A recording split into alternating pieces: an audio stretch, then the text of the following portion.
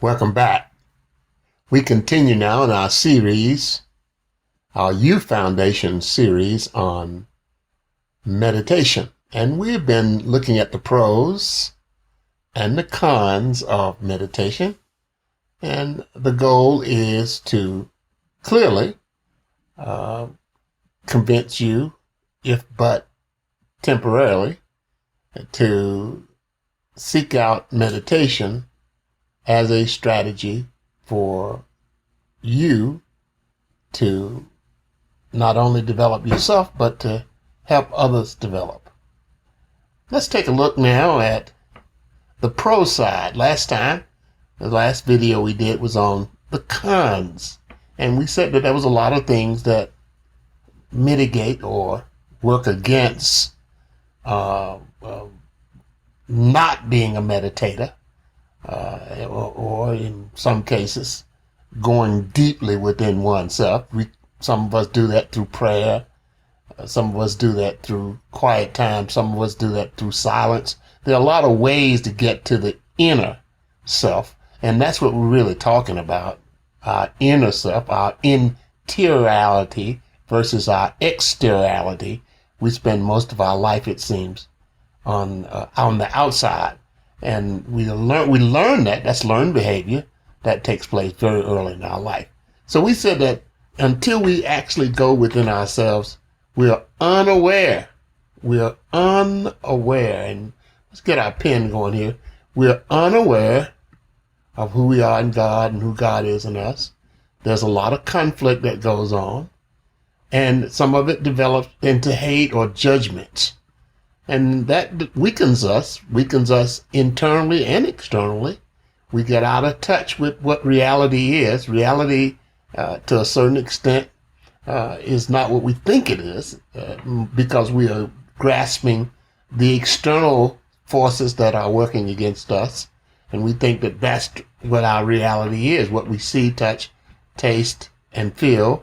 We think that's reality. But to a certain extent, it might be. Empirically, we can examine that. And then we lose touch with what we call God. Many of us call it God, but it could be the universe, nature. It could be our beingness, our suchness. And then we become unalert. That means we get into a rut. A lot of habits develop. We create a fake persona, a lot of masks we start wearing. Nobody knows who we really are. We don't know who we are ourselves.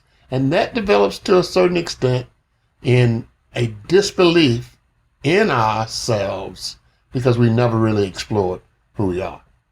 Let's take a look at the pros. And the pros are many. We only name 9 here. But the first one is that we become aware. We become aware. And this awareness, we'll give this a different color. This awareness, we'll give it the color of green. No, well, not green, but let's do purple. This awareness becomes what the goal is in the beginning of meditation. That means finding a quiet place where we can be silent, where we can make an effort to allow the thoughts to flow through our mind and not stop and get us fascinated, or occupied with those thoughts. And most of our time is spent daydreaming or thinking. And then we move on. We develop some kind of peace.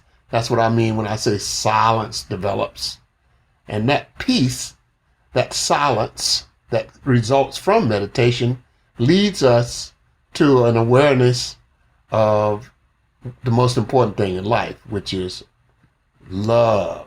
Love is by far the most important thing in life, whether it's eros, which is relationship of attraction to another human being, or to anything for that matter, and then, or whether it's philos, which is the Greek word for brotherly or sisterly love or family love, and then of course what we're talking about here is unconditional love.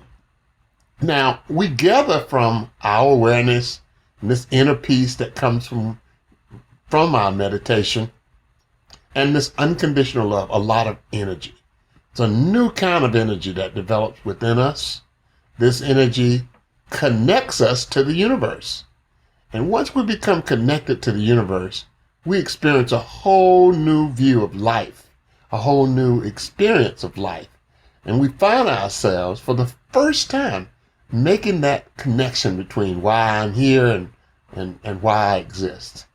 And then this is what allows us to really get in touch or contact for the first time with the unknown. Now, some people call that a dawning of illumination, enlightenment. Some of us call it finding God. Whatever it is, it's a contact, a personal contact, a new feeling, a new awareness, a new illumination. And that develops in us a different kind of alertness to what's going on in the world. And for the first time, we develop, or at least know, that we have an authentic self. I call it authenticity. We are real, and life becomes different, it becomes new, it becomes more exciting. And for the first time, we develop a spirituality. And that spirituality is what gives us a new understanding of what life is, a new understanding of what death is, because there's really ultimately no death, even though our bodies may cease to function and we may go to another level of being, another level of existence. Everything is immortal to a certain extent. The world is energy and it's material coming together around the whole concept of who we are created to be, and that's part of our discovery.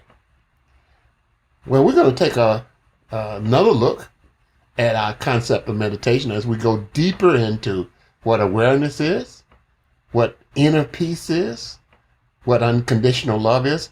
We're going to talk about this new energy, and we're going to talk about connecting with the universe and connecting with the unknown, as well as this new alertness now that has resulted in this authentic self, this real self, who you really are, who I really am, and this spirituality that grows as a result of that.